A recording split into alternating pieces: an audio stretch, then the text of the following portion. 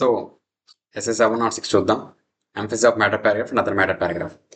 దీని ఫర్దర్ డిస్కషన్కి వెళ్ళే కంటే ముందు మనం ప్రీవియస్గా ఏం డిస్కస్ చేసాం. ఫస్ట్ ఎస్ఏ 700 ఆర్డర్లో చూసుకుంటే 701, 705, 706, 710 ఇలా ఉండాలి కదా. 710 ప్రస్తుతం తీసేయండి, దిస్ ఇస్ నాట్ ఇంపార్టెంట్ అంటే. ఇక్కడ ఫస్ట్ 700 డిస్కస్ చేసాం, తర్వాత 705 డిస్కస్ చేసాం. ఎందుకని? ఇది ఒపీనియన్ బేస్డ్, ఇది modification of opinion based, that is linkage ఉంది, అందువల్ల ఫస్ట్ అది డిస్కస్ చేసాం. ఇప్పుడు 701, 706 కలిపి డిస్కస్ చేయబోతున్నాం. ఎందుకని? ఇక్కడ రెండింటికి మెయిన్ ఆబ్జెక్టివ్ ఏంటంటే bringing attention to the intended users. Intended యూజర్స్కి ఒక అటెన్షన్ తీసుకురాబోతున్నాం. ఆ మ్యాటర్స్ ఏంటని చెప్పి దాని గురించి మనం, అంటే ఏ మ్యాటర్ 701లో డిస్కస్ చేయాలి, ఏ మ్యాటర్ 706 ప్రకారం మనం రిపోర్ట్ చేయాలని చెప్పి మనం డిస్కస్ చేయబోతున్నాం. అందువల్ల ఇప్పుడు ఎస్ఏ 701, 706 చేయబోతున్నాం. There is a thin line difference for SA 706 and 701. అందుకోసమే మనం ఆ రెండు కలిపి స్టాండ్స్ అని చదవబోతున్నాం. అందుకే వరుసగా మనం రాలేదు. ఓకేనా? Now let's get into the topic.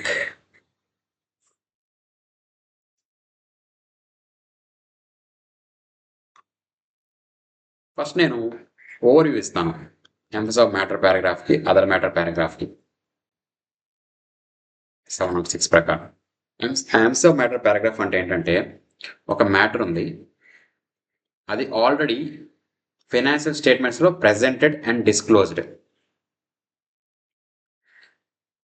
ఆ మ్యాటర్ మేనేజ్మెంట్ జడ్జిమెంట్లో ఆడిటర్ జడ్జిమెంట్లో ఏమైందంటే ఇంటెండెడ్ యూజర్స్కి ఫండమెంటల్ అండర్స్టాండింగ్కి అవసరం తెలియాల్సింది ఉంది అని చెప్పి అనుకున్నాడు, ఫండమెంటల్ అండర్స్టాండింగ్ పర్పస్ కోసం. ఆ మ్యాటర్ని ఏం చేస్తాడు, ఎంఫసిస్ ఆఫ్ మ్యాటర్ పారాగ్రాఫ్ ఆ మ్యాటర్ పారాగ్రాఫ్ని డిస్క్లోజ్ చేస్తాడు. ఎగ్జాంపుల్ చూసుకుంటే fire broke out in the premises, దీన్ని నోట్స్లో మెన్షన్ చేశాడు. ఆ నోట్స్ని పలానా నోట్ దగ్గర ఉంది అని చెప్పి తీసుకెళ్ళి ఈ emphasis of matter paragraph mention చేస్తాడు. అంటే ఏంది, అక్కడికి రెఫర్ చేయండి అని చెప్పి. అది emphasis of matter paragraph. Other matter paragraph, ఈ ఒక మ్యాటర్ ఉంది, ఆ మ్యాటర్ ఏంటంటే related to non financial statement related. Financial statement related కాదు, but it is fundamental to the understanding, it is relevant to the understanding of the intended users. దేని గురించి అయి ఉండొచ్చు, ఆడిట్ గురించి అయి ఉండొచ్చు, ఆడిటర్ యొక్క రెస్పాన్సిబిలిటీస్ గురించి అయి ఉండొచ్చు, లేదా రిపోర్ట్ గురించి అయి ఉండొచ్చు. ఈ 3 మ్యాటర్స్ గురించి ఏదైతే ఉందో దాన్ని అదర్ మ్యాటర్ పారాగ్రాఫ్లో హైలైట్ చేసి తీసుకొస్తారన్నమాట. ఓకే, అది అక్కడ మెన్షన్. ఫర్ ఎగ్జాంపుల్ చెప్పాలంటే pre year finance statements auditor అయితే ప్రెడిసెసర్ ఆడిటర్ మేం కాదని చెప్తున్నాడు, అది ఇంపార్టెంటే కదా. ఆడిట్ చేసింది మేం కాదని చెప్తున్నాడు, that is how this relevance is important. ఇక్కడ ఇంకోటి ఏంటంటే మనం ఏం మెన్షన్ చేయాలంటే because of highlighting these issues opinion అనేది మాడిఫై అవ్వలేదు అని చెప్పాలి. ఓకే, అండ్ దాంతోపాటు ఏంటంటే ఒక 3 ఇష్యూస్లో it is not a substitute, అంటే SA 706 is not a substitute అని చెప్పాలి. ఏ 3 ఇష్యూస్ అది? ఒకటి మోడిఫైడ్ ఒపీనియన్ గురించి as per SA 705, going concern గురించి as per SA 570, and management disclosures గురించి. ఓకే, ఇదేంటంటే మోడిఫైడ్ ఒపీనియన్ నువ్వేమైనా ఇవ్వాలి అనుకుంటే నువ్వు ఆ స్టాండర్డ్ ప్రకారం ఎస్ఏ 705 ప్రకారం ఇచ్చుకోవాలి. అక్కడ నేను అన్మోడిఫైడ్ ఒపీనియన్ ఇస్తాను, దాని గురించి క్లాసిఫికేషన్ ఇక్కడ నేను ఎస్ఏ 706లో హైలైట్ చేస్తానంటే కుదరదు. In case that is any modification of opinion related ఏమన్నా ఉంటే ఖచ్చితంగా మనం అక్కడ ఇవ్వాలి. ఓకేనా? That is how they are saying. ఇదే టోటల్ స్టాండర్డ్. ఇప్పుడు మనం కంటెంట్లోకి వెళ్దాం. ఓకే,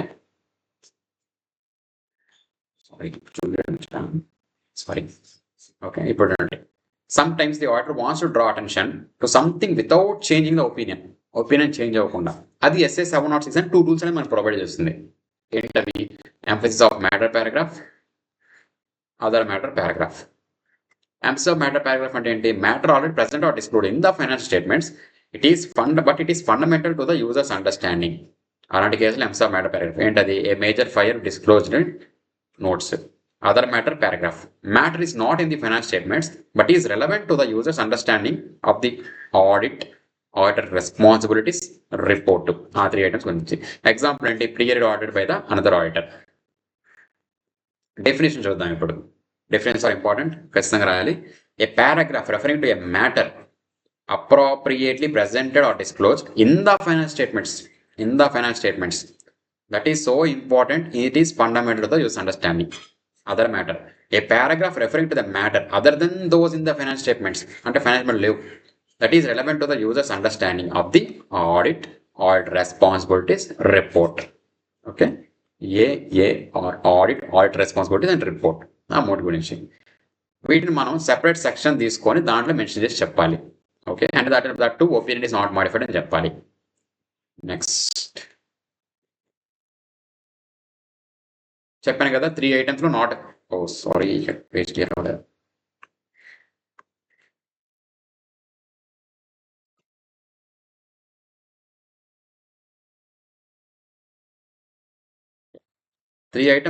త్రీ కేసులో it is not a substitute అని చెప్పాలి. చెప్పాను కదా దేని గురించి చెప్పాను.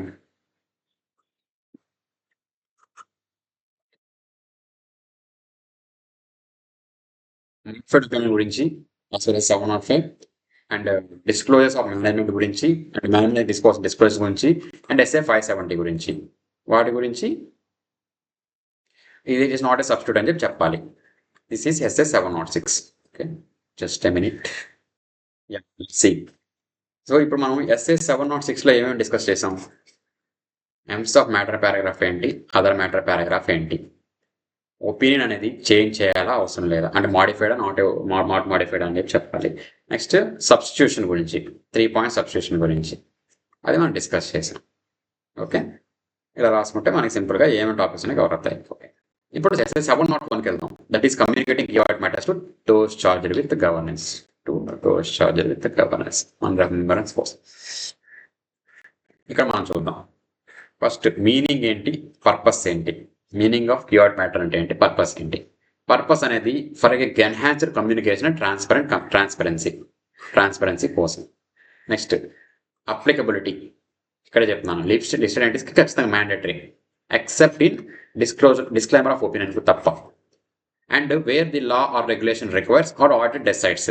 ఇలాంటి ఈ కేసులో కూడా ఏంటంటే ఇన్ కేసు ఏమైనా కావాలంటే అది లిస్టెడ్స్కి అయితే mandatory except in this case. అది మనం లాస్ట్లో చూద్దాం. Next determining key audit matter and how they are communicated and what key audit matter is not a substitute. Same అదే 705, 570 and management disclosures to be taken by the auditor. ఆ 3 కేసెస్లో. Okay, ఇప్పుడు meaning మనం 4 terms అనేవి ఫస్ట్ డిసైడ్ అవుతాయి. Professional judgement,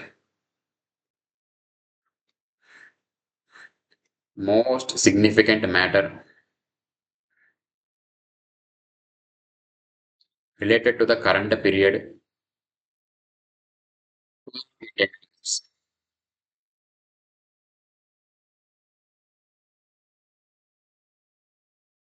in the professional judgment most significant అనిపించింది related to the current period to the intended users. They are selected from the matters communicated with those charged with governance. Okay, that is definition.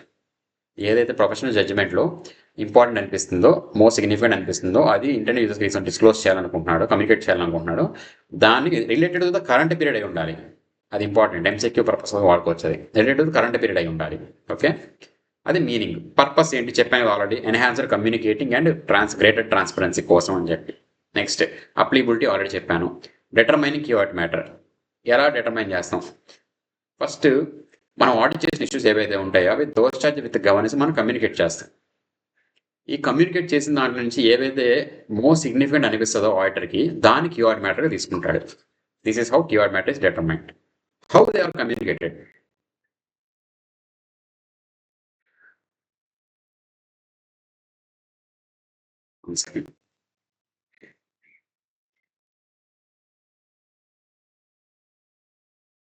అదే how they are communicated అంటే ఇదే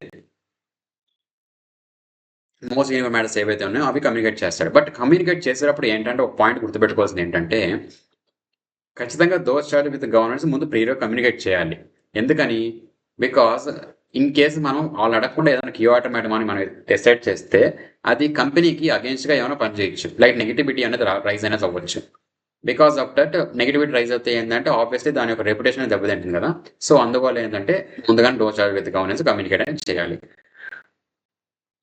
and how they are communicated అంటే key audit matter అని చెప్పి separate ఒక section అది open చేసి ఆ సెక్షన్లో మనం కమ్యూనికేట్ చేయాలి. అండ్ దీనివల్ల కూడా మా ఒపీనియన్ అనేది ఏం చేంజ్ అవ్వట్లేదు, నో మోడిఫికేషన్ ఆఫ్ ఒపీనియన్ అని చెప్పాలి. సెపరేట్ ఒపీనియన్ ఏం లేదని చెప్పాలి. అండ్ డస్ నాట్ సబ్స్టిట్యూట్ అని చెప్పాను కదా, అది కూడా సేమ్ పాయింట్ అని చెప్పాలి. సో ఇంతటితో SA 701 also completed. But let us know the difference between SS 706 and 701.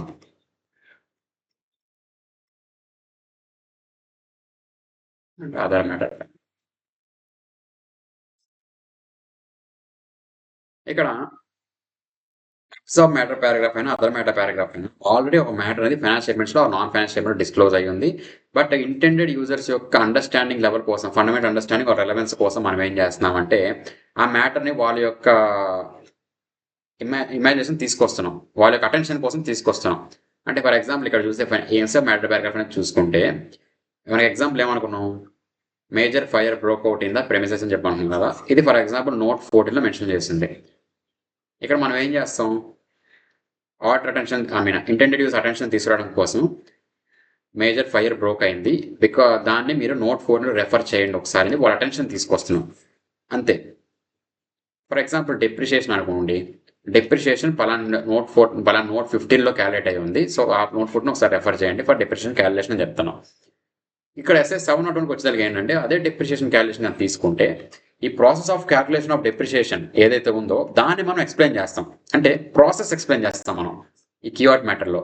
Like ఏంటి, ఎన్ని అసెట్స్ ఉన్నాయి, ఎన్ని క్రోర్స్ ఆఫ్ అసెట్స్ వర్త్ ఉన్నాయి, ఎప్పుడు వాటిని గుట్టు యూజ్ తీసుకొచ్చారు, ఏ మెథడ్ ఆఫ్ డెప్రిషియేషన్ మనం తీసుకున్నాం, ఎంత రేట్ తీసుకున్నాం, ఇవన్నీ ఉంటాయి అన్నమాట. ఈ process through gathering all those information దాన్ని మనం ప్రాసెస్ ఎక్స్ప్లెయిన్ చేస్తాం, ఎలా డెప్రిషియేషన్ క్యాలిక్యులేట్ చేస్తాం అని చెప్పి.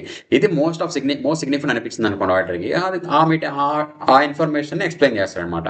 That is the difference between 706 and 701. 701లో ఏంటి, ప్రాసెస్ ఎక్స్ప్లెనేషన్ ఉంటుంది. 706లో ఏంటంటే just drawing attention to the intended users, వాళ్ళ యొక్క అటెన్షన్ తీసుకోవడం కోసం చెప్పి మెన్షన్ చేస్తారు అంతే.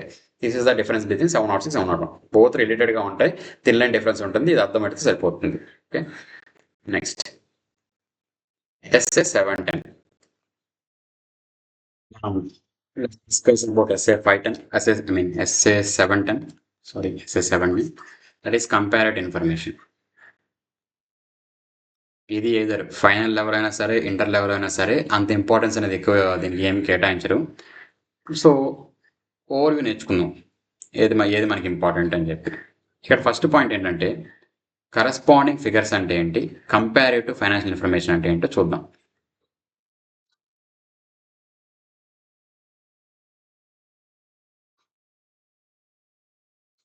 కరస్పాండింగ్ ఫిగర్స్,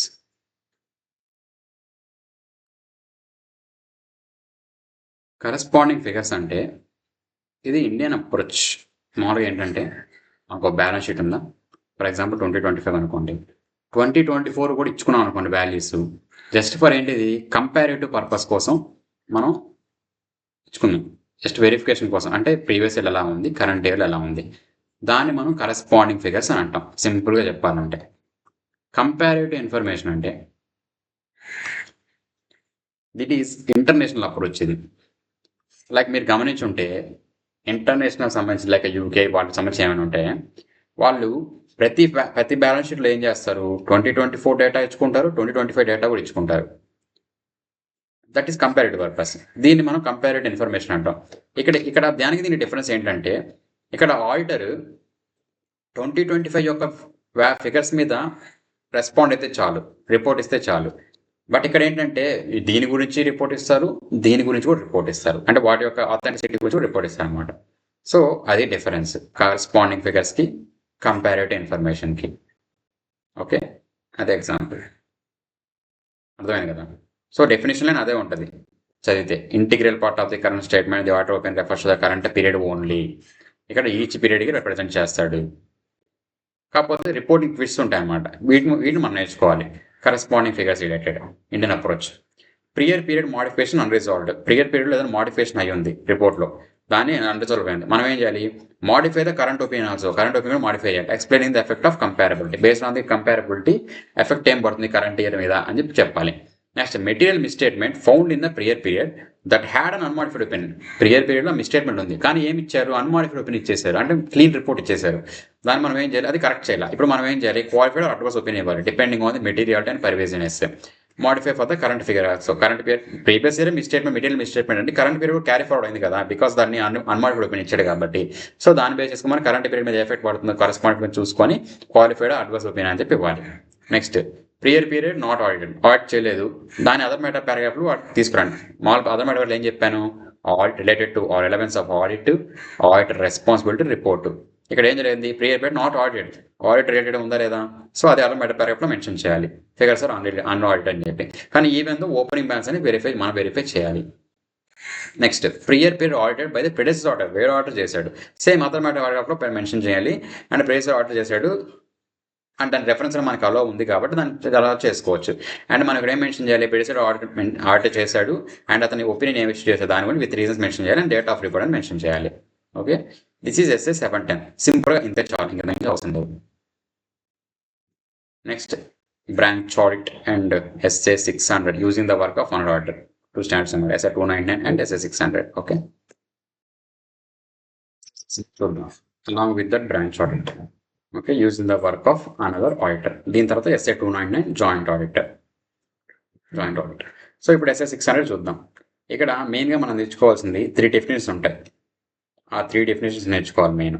అది నేర్చుకుంటే మేజర్ ఆడిటర్ స్టాండర్డ్ అయిపోయినట్టే. అండ్ ఎలా కోఆర్డినేట్ చేసుకోవాలి అనేది పాయింట్. సో ఇక్కడ first principal auditor, other auditor, component, ఈ 3 అంటే తెలుసుకోవాలి. ప్రిన్సిపల్ ఆడిటర్ అంటే మెయిన్ ఆడిటర్, ఈవెన్ అన్ని బ్రాంచ్ ఆడిటర్స్ కలిపి రిపోర్ట్ ఇవ్వాల్సిన main principal auditor. Other auditor అంటే ఎవరంటే particular component, that is branch or subsidiary ఏది ఉందో దానికి ఆడిటర్ అయితే ఉంటాడు, వన్ అదర్ ఆడిటర్ అంటాడు. కాంపోనెంట్ అంటే నథింగ్ బట్ ఏం లేదు, branch, subsidiary, joint venture, associate whose financial information is include in the financial by the principal auditor. Principal auditor ఎవరైతే ఇంక్లూడ్ చేయాలనుకుంటున్నాడో వాళ్ళందరూ కాంపోనెంట్ ఆడిట్ చేసేవాడిని అదర్ ఆడిటర్ అంటాం, ఆ కాంపోనెంట్ ఆడిటర్ అంటాం. ఓకే, ఇప్పుడు under SA 600 the principal auditor may normally rely on the other auditor's work, అంటే ఏంది కాంపోనెంట్ ఆడిటర్ వర్క్ రిలై అవ్వచ్చు, but should perform procedures to be satisfied it is adequate for this purposes. అది అడిక్వేట్గా ఉందా లేదా for his responsibility అని చెప్పి చూసుకోవాలి. సో అది ఏం పర్ఫామ్ చేయాలి, అడిషనల్ ప్రొసీజర్స్ అని పైన పర్ఫామ్ చేయాలని చూసుకోవాలి. Advise the other auditor of the use to be made of their work, అతని వర్క్తో మనం ఏం చేస్తాం అనేది ఫస్ట్ అతనికి చెప్పాలి. Arrange coordination at the planning స్టేజ్లో అతనితో కోఆర్డినేట్ చేసుకోవాలి. ఏ ఏరియాస్ అని మనం కన్సిడర్ చేయాలి, స్పెషల్ కన్సిడరేషన్ ఏమి ఇచ్చుకోవాలి, ఇంటర్ కాంపోనెంట్ ట్రాన్సాక్షన్ ఏమైనా చేయాలి, టైం టేబుల్ ఎప్పుడు లోపల కంప్లీట్ చేయాలి, ఇవన్నీ మనం డిస్కస్ చేసుకోవాలి. అదర్ ఆడిటర్కి అడ్వైస్ చేయాలి, ఏంది significant accounting, auditing and reporting requirements ఏవైతే ఉన్నాయో వాటిని అన్నిటికీ రిప్రజెంటేషన్ తీసుకోమని చెప్పాలి. Next discuss the audit process applied or review return summary. Other auditor ఎవరైతే ఉన్నాడో అదర్ కాంపోనెంట్ ఆడిటర్ అతను పర్ఫామ్ చేసిన ప్రొసెస్ కొన్ని డిస్కషన్ కానీ అతను చేసిన వాటికి రిటర్న్ సమ్మరీ అయితే ఉంటుందో ఆ సమ్మరీ అనేది మనకి ప్రొవైడ్ చేయమని చెప్పాలి regarding the procedures followed by the auditor and the findings arrived. Okay, that is a complete check list or question అనమాట. చాలు, ఇంతవరకు చేస్తే మనకి 600 కంప్లీటెడ్. నెక్స్ట్ ఇప్పుడు joint audit of financial statement SA 299, this is the last standard. దాని తర్వాత 143 complaints ఉంటే చేస్తే కంప్లీట్ అయిపోతుంది. Okay, SA 299 joint audit, simple thing. ఏమేమి కవర్ అవుతాయి, మీనింగ్ ఏంటి, జాయింట్ ఆడిట్ అంటే ఏంటి, వాటికి అడ్వాంటేజ్ ఏంటి, ఎలా ప్లానింగ్ అనేది చేసుకోవాలి, ఎవరి రెస్పాన్సిబిలిటీ ఏంటి, కామన్ ఆడిట్ రిపోర్ట్ గురించి ఏంటి. సింపుల్గా చూద్దాం. జాయింట్ ఆడిట్ అనేది pools the resource and expertise of more than one firm to complete a large audit within time. It essentially involves sharing the total work. అంటే ఏంటి, ఒక పెద్ద ఫర్ ఎగ్జాంపుల్ SBI బ్యాంక్ అనుకుంటే దీనికి number of branches కూడా ఉంటాయి. ఇప్పుడు ఏంటంటే మోర్ దెన్ వన్ ఆడిటర్ని అపాయింట్ చేస్తారు. ఎందుకని, ఫర్ షేరింగ్ ఆఫ్ వర్క్. ఎందుకు, because of this nature and complexity of the and size of the entity. ఒక ఆడిటర్ని ఒక స్పెసిఫైడ్ టైంలో కంప్లీట్ చేయాలి, విత్ ఇన్ ద టైంలో కంప్లీట్ చేయాలని కుదరదు కాబట్టి మోర్ దెన్ వన్ ఆడిటర్ని అపాయింట్ చేస్తారు. బికాస్ ఆఫ్ దట్ మనకి అడ్వాంటేజ్ డిసడ్వాంటేజ్ చూద్దాం. షేరింగ్ ఆఫ్ ఎక్స్పర్టైజ్ని షేర్ చేసుకోవచ్చు, మ్యూచువల్ కన్సల్టేషన్, వర్క్ లోడ్ అనేది తగ్గుద్ది అండ్ క్వాలిటీ అనేది ఎక్కువ వస్తుంది. ఆడిటర్ క్వాలిటీ అనేది improve service to the client, service అనేది క్వాలిటీ పెరుగుతుంది. Lower staff work cost, because of sharing the work. వీళ్ళు కొంతమంది స్టాఫ్ తక్కువ పెట్టుకుంటే చాలు, వాళ్ళతో తక్కువ పెట్టుకుంటే చాలు, కాస్ట్ అనేది దాంతోపాటు వస్తుంది. హెల్తీ కాంపిటీషన్, అంటే వాళ్ళకంటే నేను బాగా చేయాలి అని ఒకటి. అలాగే డిసడ్వాంటేజ్ కూడా, ఫీజు అయితే వస్తుందో అది షేర్ చేసుకోవాలి. సైకలాజికల్ ప్రాబ్లమ్స్, సుపీరియారిటీ కాంప్లెక్స్, నేను పెద్ద అంటే నేనే తోపు, అదొక ప్రాబ్లం ఆఫ్ కోఆర్డినేషన్ కరెక్ట్గా చేసుకోలేరు. Next common areas being neglected.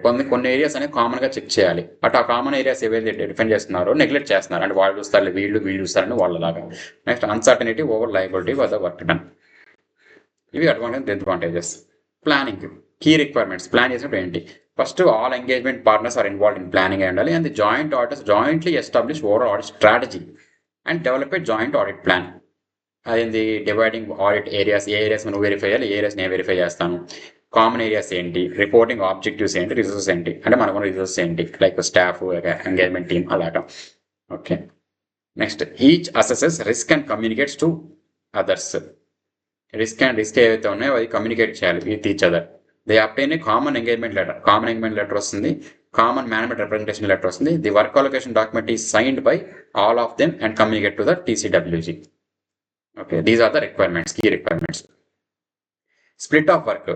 మామూలుగా ఎవరి వర్క్ వాళ్ళకే రిలేటెడ్, వాళ్ళే responsible. But in case of undivided common work, common decisions తీసుకున్నప్పుడు, లేదా అన్ని మ్యాటర్స్ మీద అగ్రీ అయినప్పుడు, లేదా statutory complaints of the financial ఏమైనా ఉన్నాయి, లేదా ప్రెజెంటేషన్ అండ్ డిస్క్లోజ్ రిలేటెడ్, ఇలాంటి వాటికి ఏమైనా ఉంటాయో వాటి కామన్ అగ్రీ ఉంటారు కాబట్టి జాయింట్లీ అండ్ సెవరల్లీ ఇద్దరు లైబుల్ అవుతారు. More than one joint order ఉంటారు కదా, ఇద్దరు జాయింట్ ఆర్డర్స్ అనేది జాయింట్ అండ్ సెవరల్ లైబుల్ అవుతారు.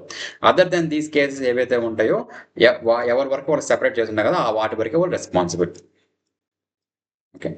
Common audit report. వీళ్ళిద్దరు కామన్ ఆడిట్ రిపోర్ట్ ఇవ్వచ్చు, బట్ ఇన్ కేస్ వాళ్ళు చేసిన వర్క్ మీద వాళ్ళకి ఒక ఒపీనియన్ ఉంది, వీళ్ళు చేసిన వర్క్ మీద వీళ్ళకి ఒక ఒపీనియన్ ఉంది, రెండు కంపైన్ చేసినప్పుడు ఇద్దరు వేరే వేరే ఒపీనియన్స్ వస్తున్నాయి. అలాంటప్పుడు ఏంటంటే సెపరేట్ రిపోర్ట్ అని ఇష్యూ చేసుకోవచ్చు. మ్యాండేటరీగా కామన్ ఆడిట్ రిపోర్ట్ ఇవ్వాలని రూల్ ఏం లేదు. Okay, this is about SA 299 joint audit. So now we go with the section 143 requirements. Okay, ఇది మీకు జస్ట్ ఓవర్ వ్యూ ఉంటుంది maximum, except central government report చేసిన fraud కేసులో పాయింట్ తప్పితే మిగతా అంతా మీకు ఓవర్ వ్యూ ఉంటుంది. అదంటూ చూద్దాం. సెక్షన్ 143 బ్లాంక్ కవర్ అవుతుంది చూద్దాం. రిపోర్ట్ రిక్వైర్మెంట్స్లో 143, 1, 2, 3, 11, 12 5 సెక్షన్ కవర్ అవుతున్నాయి. అందులో 143(11) అనేది క్యారో రిలేటెడ్, 143 సబ్సెక్షన్ 12 అనేది రిపోర్టింగ్ ద ఫ్రాడ్. ఓకే, ఇక్కడ మిగతాది 1, 2, 3 ఏంటి? 6 matters to enquire, report to the members ఏమి ఇష్యూ చేయాలి దాంట్లో, and specific matter report must state. ఇదంటే చూద్దాం. సో సమ్మరీగా చూసుకుంటే 143లో reporting duties of the auditor. 143 subsection 1 ఏంటంటే ఎంక్వైరీ చేయాలి. 6 matters ఉంటే ఆ ఎంక్వైరీ చేయాలి. ఏంది? లోన్స్, బుక్ ఎంట్రీస్ ఎక్సెట్రా మనం ఫర్దర్గా చూస్తాం ఎగ్జాంపుల్. నెక్స్ట్ 143 సబ్సెక్షన్ 2లో ఏంటంటే report to the members that is true and fair of the accounts mention చేయాలి. సింపుల్ పాయింట్, అంతే, మించి ఏమి ఉండదు. నెక్స్ట్ 143 సబ్సెక్షన్ 3 ఏంటంటే కొన్ని 10+ matters ఉంటాయి. I think approximately 17 I think so టోటల్గా అయితే, బట్ మీకు జస్ట్ ఓవర్ వ్యూ కాబట్టి అన్ని ఉండవు. సో వాటి దగ్గర ఏంటి? Books, internal financial controls, direct disqualification etcetera, వీటి గురించి స్టేట్ చేయాలి. నెక్స్ట్ 143 సబ్సెక్షన్ క్యారో మ్యాటర్స్ చూస్తాము. 143 సబ్సెక్షన్ ఫ్రాడ్ గురించి అవి కూడా చూస్తాం ఫర్దర్. సో ఇప్పుడు 143 సబ్సెక్షన్ 1 చూద్దాం. 6 matters అని ఎంక్వైరీ చేయాలి. ఏంటి? ది ఆర్డర్ ఎంక్వైర్స్ ఇంటూ, ఇక్కడ ఏంది? కాకపోతే నీకు ఏదైనా అడ్వర్స్ ఇంపాక్ట్ ఉన్నప్పుడు మాత్రమే నువ్వు రిపోర్ట్ అనేది చేయాలి. ప్రతి మ్యాటర్ అనేది రిపోర్ట్ చేయాల్సిన అవసరం లేదు 143 సబ్సెక్షన్ 1లో. ఆ 6 matters ఏంటో చూద్దాం. Security of loans and advances, book entry transactions prejudicial to the company, అంటే సెక్యూరిటీ కోసం ఏమి ఇష్యూ చేస్తారు, లోన్స్ అండ్ అడ్వాన్స్ కోసం అని చెప్పి వాటి గురించి. బుక్ ఎంట్రీస్ అనేది అగేన్స్ట్ ద కంపెనీ ఏమైనా ఉన్నాయా. Next sale of investments and below cost అంటే నువ్వు బిలో కాస్ట్ ఏమైనా సేల్ చేసావా. Except investment bank companies. So investment bank కంపెనీస్కి వాళ్ళకి డైలీ బిజినెస్ అది కాబట్టి వాళ్ళు బిలో కాస్ట్ అమ్మినా కూడా ఏదో రీజన్ ఉంటుంది. బట్ నువ్వు అలా non banking, non investment company అయినప్పుడు ఏంటంటే నువ్వు బిలో ద కాస్ట్కి అమ్మవు. జనరల్ నువ్వు ప్రాఫిట్ కోసం కదా ఇన్వెస్ట్మెంట్ చేస్తుంటావు, అప్పుడు నువ్వు బిలో ద కాస్ట్కి ఎందుకు అమ్ముతావు. సో అలా ఏమైనా చేస్తున్నారు, అక్కడ అడ్వాన్స్ ఇంపాక్ట్ ఏమైనా ఉందా. సో ఆ పాయింట్స్లో next loans shown as deposits, loans చేసిన డిపాజిట్ అయినా చూసామా. నెక్స్ట్ పర్సనల్ ఎక్స్పెన్స్ ఏమైనా రెవెన్యూ అకౌంట్ ఛార్జ్ చేస్తున్నాయా. And where cash was actually received for sales stated to the allotted for cash. So actual నువ్వు సేల్ చేసినప్పుడు cash రూపంలో ఏమైనా amount అనేది రిసీవ్ చేస్తున్నావా. These are 6 matters you should enquire, and దాంట్లో adverse impact ఏమన్నా ఉంటే నువ్వు రిపోర్ట్ అనేది చేయాలి, లేకపోతే అవసరం లేదు. Next 143 subsection 3. 143 సబ్సెక్షన్ 2 ఏం చెప్పాను? True and fair of the accounts to members అని చెప్పాను. అది సింపుల్, అదే పాయింట్, ఏం లేదు. 143 సబ్సెక్షన్ 3 వచ్చి రిపోర్ట్ షాల్ స్టేట్. ఇక్కడ ఏంటంటే ఈ పాజిటివ్ అయినా నెగిటివ్ అయినా సరే నువ్వు ఖచ్చితంగా దీనిలో రిపోర్ట్ అనేది చేయాలి, మ్యాటర్ అనేది. సో అవేంటో చూద్దాం. Among other things, whether the auditor obtained all the necessary information and explanations, whether proper books of accounts were kept, whether the balance sheet and P&L agree with each other, and that is agree with the books. Next, whether finance statements comply with accounting standards, any direct disqualification under section 164, adequacy and operate effectiveness of internal financial controls ఎలా operate అవుతున్నాయి and వాటి యొక్క effectiveness బాగుందా లేదా, and the matters under rule 11, that is impact of pending litigations, provision of foreseeable losses, delays in transfer to the IEPF account. IEPF అంటే investor education protection fund. Some amounts ఏవైతే ఉంటాయో మనము అవి transfer చేయలేనప్పుడు ఏం చేయాలంటే ఈ ఐఈపీఎఫ్ అకౌంట్ ట్రాన్స్ఫర్ చేయాలి. సిఎస్ఆర్ రెస్పాన్సిబిలిటీ ఏదైనా ఉంటుంది, కన్స్ట్రక్షన్ జరుగుతున్నప్పుడు ఫర్ 10 పీరియడ్ దాటింది అనుకోండి, ఆ పీరియడ్ దాటినప్పుడు ఏంటంటే నువ్వు ఆబ్వియస్గా ఐఈపీఎఫ్ అకౌంట్ ట్రాన్స్ఫర్ చేసేయాలి ముందు బ్యాలెన్స్ అనేది. సో అలాగే ఏమైనా ట్రాన్స్ఫర్ చేసిన ఏమైనా ఉన్నాయా, and the funding or round tripping representations, dividend complaints under section 123, and the audit trail audit log software requirement. Auditor edit log అంటే ఏంటంటే ఇన్ కేసు నువ్వు టాలీలో ఏదైనా సరే ఆర్ ఈఆర్పీలో ఏదైనా సరే నువ్వు చేంజ్ అనేది చేసావు, ఒక ఎంట్రీ చేసావు, బట్ దాన్ని చేంజ్ చేయాలనుకుంటున్నావు. దాన్ని చేసినప్పుడు ఏంటంటే ఆ ఎడిట్ లాగ్ అనేది అక్కడ చూపించాలి మనకి నువ్వు ఏ ఎంట్రీ చేంజ్ చేసావు అని చెప్పి, బికాస్ ఆడిట్ యొక్క ఎఫిషియన్సీ కోసం. బికాస్ నువ్వు కొన్ని ఎంట్రీస్ వేస్తావు, మళ్ళీ తీసేస్తావు, మళ్ళీ కొత్త వేస్తావు అంటే నువ్వు అసలు ఏం దాంట్లో అక్కడ నీకు ఆడిటర్ యొక్క మేనేజ్మెంట్ యొక్క బయాస్నెస్ ఏమన్నా ఉందని ఆయన వెరిఫై చేసుకోవాలి కదా మనం. సో ఫస్ట్ అసలు ఎందుకు వేసినట్టు ఎందుకు తీసేసినట్టు అని చెప్పి మనకు తెలియాలి కదా. సో అందుకోసం auditor edit log. So these are the matters అన్నమాట. జస్ట్ మీరు ఒకసారి చదువుకుంటే సరిపోతుంది, అంతకుమించి అవసరం లేదు. Next 140 subsection reporting requirement. Just ఏం లేదండి, ఇప్పుడు ఫ్రాడ్ అనేది 1 crore అబౌవ్ ఉందనుకోండి, బై ఆఫీస్ అని ఎంప్లాయీస్ అయినా సెంట్రల్ గవర్నమెంట్ రిపోర్ట్ చేయాలి ఇన్ ఫార్మ్ 884 రూల్ 13 ప్రకారం. అంటే ఫ్రాడ్ అనేది లెస్ దెన్ 1 crore అని ఉంటే ఆడిట్ కమిటీకి రిపోర్ట్ చేస్తారు, and or the board, audit committee లేదంటే బోర్డుకి. ఫ్రాడ్ ఈజ్ ఆల్సో రిపోర్ట్ అంటే క్లాస్ 11 ఆఫ్ క్యారోలో కూడా ఇన్ కేసు ఫ్రాడ్ కానీ జరిగితే మనం అక్కడ మెన్షన్ చేయాలి.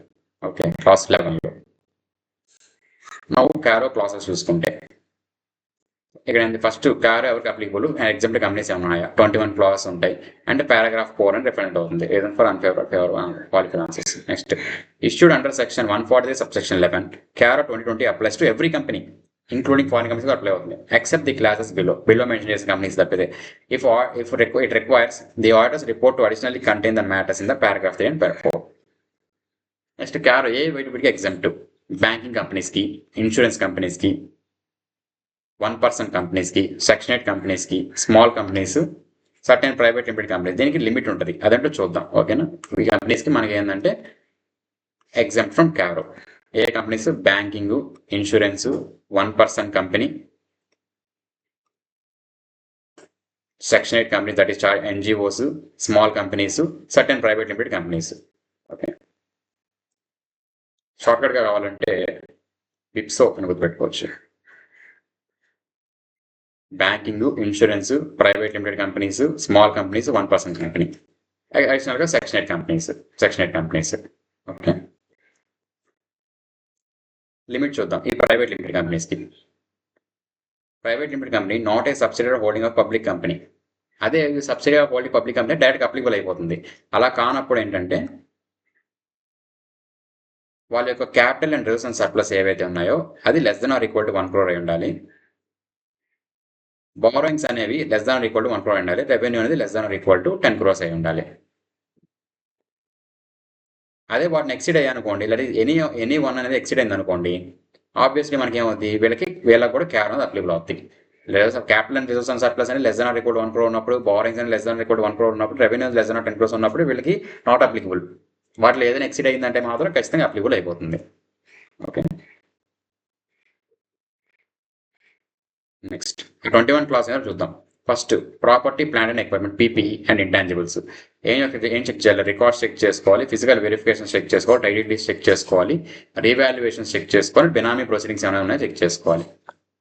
ఇది మామూలుగా ఇంకా ఉంటుంది, +or-10% upward valuation, downward valuation change ఉంటాయని చెప్పి, బట్ మీకు అంతా లేదు. ఓకే, నెక్స్ట్ ఇన్వెంటరీ వాల్యుయేషన్ కూడా అంతే. Physical verification discrepancies greater than equal 10% ఏమైనా ఉందా, working capital limits greater than 5 crores ఏమైనా ఉన్నాయా, అండ్ క్వార్టర్లీ రిటర్న్స్ అనేది సబ్మిట్ చేశారా లేదా బ్యాంక్కి. అంటే బేస్డ్ ఆన్ దిస్ ఇంటర్మెంటరీస్ మనం వర్కింగ్ క్యాపిటల్ లోన్ తీసుకోవచ్చు. ఆ లోన్ అనేది గ్రేటర్ దాన్ 5 crores ఉందా, ఉన్నప్పుడు ఏంటంటే ఆ క్వార్టర్లీ రిటర్న్స్ అనేవి బ్యాంక్ సబ్మిట్ చేశారా లేదా, ఇన్వెంటరీ రికార్డ్స్ అని చెప్పి చూడాలి. Next investment, loan, guarantees and securities. Loans, investment, guarantees and securities licks. వాటి యొక్క టర్మ్స్ ఏంటి, రెగ్యులారిటీ ఆఫ్ రీపేమెంట్, కరెక్ట్గా రీపేమెంట్స్ అనేది చేస్తున్నారా లేదా డిఫాల్ట్ ఏమైనా చేస్తున్నారా, ఓవర్ డ్యూస్ ఉన్నాయా, ఉంటే గ్రేటర్ దాన్ 9 days ఏంటి, ఎలా దానికి అనమాట. Next complaints with section 185 that is loans, investment, guarantees. Next deposits rate section 73 to 76 and RBI directives. ఇది ఉండడమే అలా ఉంటుంది. సెక్షన్ 73 to 76 కంప్లై అయిందా లేదా, అండ్ ఆర్బీఐ డైరెక్షన్స్ అనేవి కంప్లై అయ్యారా లేదా అని చెప్పి అంతే. Next maintenance of cost records, statutory dues like GST, PF, ES, income tax ఏదైనా అది రెగ్యులర్ అండ్ డిస్ప్యూటెడ్ డ్యూస్. అంటే డిస్ప్యూట్ ఏమైనా ఉందా, అన్డిస్ప్యూటెడ్ డ్యూస్ ఉన్నాయా, అన్డిస్ప్యూటెడ్ డ్యూస్ అంటే క్లియర్ అయ్యాయా లేదా, అండ్ గ్రేటర్ దెన్ 6 months నుంచి లెస్ దెన్ 6 months ఇలా ఎప్పటి నుంచి పెండింగ్ ఉన్నాయి, ఏ ఫామ్లో విజిబుల్, ఏ ఫారంలో పెండింగ్ ఉన్నాయి, ఇవన్నీ కూడా చూసుకోవాలి. Next unrecorded income surrendered or disclose in tax assessment. Next default in repayment of loans or borrowings, that is wilful default, కావాలని చేయలేదా, బ్యాంక్ అయినా విల్ఫుల్ డిఫాల్ట్ డిక్లేర్ చేసిందా ఈ కంపెనీని. End use of term loans అనేది ఏ పర్పస్ కోసం అయితే తీసుకున్నారు, ఆ పర్పస్ కోసం యూజ్ చేస్తున్నారా లేదా. Short term funds or for long term use, short term కోసం తీసుకొని లాంగ్ టర్మ్ కోసం యూజ్ చేస్తున్నారా. Next money raised via IPO and FPO and preferential allotment of private placement, end use and complaints, దేనికోసం అయితే rise చేశారో దానికోసమే use చేస్తున్నారు లేదా, అండ్ కంప్లైంట్స్ అనేది ఫాలో అవుతున్నారు లేదా, దట్ ఈ section 42 and section 62. Next fraud noticed or report 84 filing whistleblower complaints. చెప్పాను కదా ఇంట్లో మనం పైన డిస్కస్ చేసాం 143 subsection 12 fraud reporting, that is greater than or equal to 1 crore less than 1 crore ఉంది కదా, దాని గురించి మనం ఇక్కడ మెన్షన్ చేయాలి ఇంకా అలా ఏమైనా జరిగితే. అండ్ విజిల్ బ్లోయర్ కంప్లైంట్స్ అంటే తెలుసు కదా, కంపెనీ గురించి కొన్ని కంప్లైంట్స్ ఏమైనా ఉంటే వాటిని ఒక సజెషన్ బాక్స్లో అనేవాళ్ళు without mentioning the employee name అలా ఏమి మెన్షన్ చేయకుండా వాళ్ళు దాంట్లో వేస్తారు, అవి కన్సిడర్ చేస్తున్నారు లేదా కంపెనీ వాళ్ళు. అండ్ దాంతోపాటు వాళ్ళకి ప్రొటెక్షన్ అనేది కూడా ఇవ్వాలి. Nidhi company net owned funds డెప్ట్ ఈక్విటీ రేషియో 1:2 ఉండాలి. అన్ఎన్కంబర్డ్ డిపాజిట్స్ అంటే ఫ్రీ ఫ్రమ్ ఆల్ లైబిలిటీస్, అంటే ఇంకా ఆ డిపాజిట్కి దాని మీద ఏ లైబిలిటీస్ లేదు, ఎప్పుడు గానో వాడుకోవచ్చు అన్నట్టు, ఎప్పుడు గానో మనం యూటిలైజ్ చేసుకోవచ్చు అన్నట్టు. Next related party transaction 171-188 comply అయ్యారా డిస్క్లోజ్ చేసలేరు లేదా. Next internal audit system adequate and considerations of internal audit reports అనేవి అడిక్వేట్గా ఉన్నాయా లేదా చూసుకోవాలి. Non cash transactions with directions section 122 comply అయిందా లేదా చూసుకోవాలి. ఎన్బిఎఫ్సి రిజిస్ట్రేషన్ సెక్షన్ 45 అయ్యాయి అనమాట, అది కోర్ ఇన్వెస్ట్మెంట్ కంపెనీ స్టేటస్ ఏంటో అది కూడా చెక్ చేసుకోవాలి. Core investment company. Next cash losses ఏమైనా ఉన్నాయి, the current and immediately preceding previous year, resignation of the statutory auditor during the preceding year. Next material uncertainty of meeting liabilities within 1 year, that is 570 related. Next CSR transfer of unspent amount to IEPF account transfer గురించి అది మాట్లాడుకున్నాను, దాని గురించి కూడా. Next qualification adverse remarks in character on consolidated group companies. So ఇక్కడ ఈ పాయింట్లో ఏంటంటే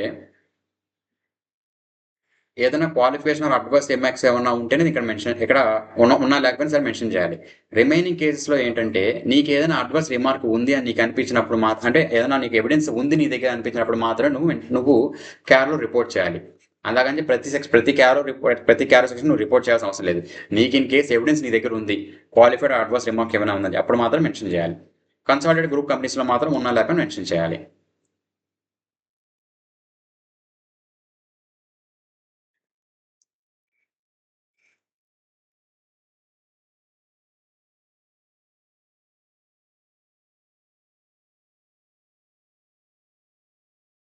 సో ఇంతటితో లాస్ట్ ప్రొవిజన్ అన్నారు. లైక్ ఏంటంటే స్టాండర్డ్ యొక్క ఎస్ఎన్ ఏంటి, దాని యొక్క నేమ్ ఏంటి, ఆన్లైన్ స్కోప్ అంటే దాంట్లో ఏ పాయింట్స్ కవర్ అవుతున్నాయి, ఏ పాయింట్ మనం మెయిన్ ఫోకస్ చేయాలని చెప్పి. నెక్స్ట్ మాడిఫైడ్ ఒపీనియన్ సంబంధించిన మ్యాట్రిక్స్. నెక్స్ట్ స్టూడెంట్స్ అనేవాళ్ళు కొన్ని వర్డ్స్ ఉంటాయి, అంటే వీళ్ళు ఫస్ట్ టైం వింటున్నట్టు కూడా ఉంటుంది. ఇది ఫస్ట్ టైం విన్న వాళ్ళకపోయినా కానీ సెకండ్ టైం విన్న వాళ్ళకి కానీ వీళ్ళకి అన్ని మన జనరల్ లైఫ్లో వాడేవి కాదు, కొత్తగా వాడుతుంటాం. సో అలాంటి వాటిలో అప్పుడు ఏంటంటే వీటి గురించి ఏంటి అసలు, వాటి మీనింగ్స్ ఏంటి. సో ఇలాగా లాస్ట్ మినిట్ రెఫరెన్స్ కూడా క్విక్ రెఫరెన్స్ కూడా ఇవ్వడం జరిగింది. సో ఇంతటితో ఆడిట్ రిపోర్ట్ కంప్లీటెడ్. సో ఇంతటితో స్టాండర్డ్స్ అన్ని కంప్లీటెడ్ ఎక్సెప్ట్ 300 సిరీస్. ఇంకా మనకి ఇది అయిపోయింది కదా, ఇంకా మనకి 3 చాప్టర్స్ ఉన్నాయి. ఆ 3 చాప్టర్స్ అయిపోయాక 300 సిరీస్లోకి వెళ్దాం. ఓకేనా, అక్కడ మనకి ఆ మెటీరియల్ స్టేట్మెంట్ మెటీరియాలిటీ ఇవన్నీ తగ్గుతాయి. ఓకేనా, సో వీడియో ఎలా అనిపించిందో మీ సజెషన్స్ ఆర్ కామెంట్స్ ఏమైనా చెప్పాలనుకున్నా కామెంట్స్లో మెన్షన్ చేయండి. లేదు ఇదంతా కాదు టెలిగ్రామ్లో కూడా మెన్షన్ చేయొచ్చు. అండ్ ఈ మెటీరియల్ సంబంధించింది మనకి టెలిగ్రామ్లో అవైలబుల్గా ఉంటుంది, అక్కడ షేర్ చేస్తాను. అండ్ టెలిగ్రామ్ లింక్ డిస్క్రిప్షన్లో ఉంటుంది. Okay, thank you.